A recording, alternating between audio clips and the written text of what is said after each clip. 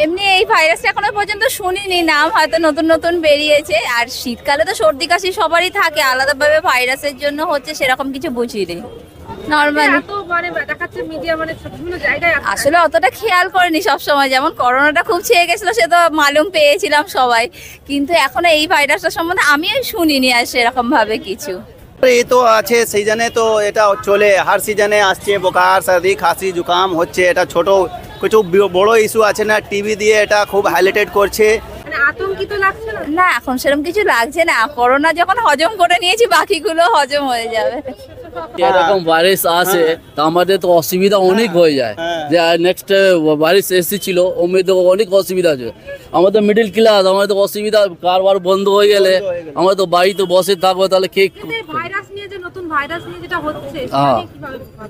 এইভাবে বাঁচতে চায়। ওই সরকারকে বলবো কি এরকমই সবাইকে মাস্ক ফাস্ক লাগিয়ে থাকে আর কি, না হলে ক্লাইমেট যে চেঞ্জ হয় এই জন্য আমাদের অসুবিধা এটা হয়ে যায়, শরৎ গরমটা সর্দি খাসিটা এরকম বেরিয়ে যায় লোকের। এটা অত বড় ইস্যু আছে না, কিন্তু আমি তো এখানে ব্যবসায় করছি, আমি এখানে করলে আনা এটা হবে কি মার্কেটে আমার কাছে অনেক মুশকিল পড়বে, দিক্কত হবে, আমাকে কষ্ট হবে।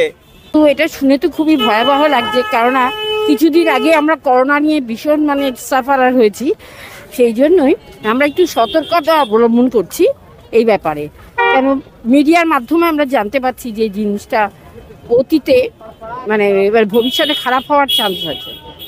বিশেষ করে বাচ্চাদের প্রোটেকশনটা বেশি, বাচ্চাদের কাছাকাছি যাই তো সেই জন্য মাস্কটা পরেই যাচ্ছে। আমিও খুব ভীত, কারণ করোনার পরে এই ব্যাপারটা আবার নতুনভাবে এসে আমাদের আবার লাইফটা নর্মাল লাইফটা আবার যদি ব্যাঘাত করে, তার থেকে প্রোটেকশন নেওয়াটা নিশ্চয়ই ভালো। শোনা যাচ্ছে কি 3-4টা কেস ভারতে এসেছে, কিন্তু এখন এটা নিয়ে কোনো লোকের মধ্যে কিছু এরকম প্যানিক নেই কেউ, আমরা তো নর্মালি আছি।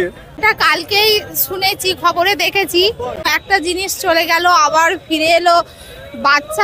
বাচ্চাকে নিয়ে আমরা আবার দুটো বাচ্চাকে নিয়ে থাকতে হয়, অবশ্যই ভয় তো একটা কাজ করেই। এখন তো বেসিক নিউজ এখানে নেই, 2-4টা কেস ব্যাঙ্গালোরে বা আহমেদাবাদের দিকে আমরা দেখতে পেরেছি কেসটা আছে।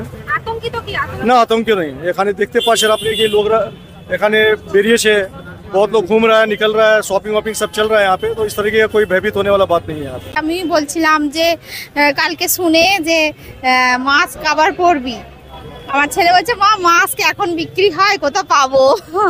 বলছি হ্যাঁ বাবা আবার পেয়ে যাবি, আমাদের আছে কোথাও।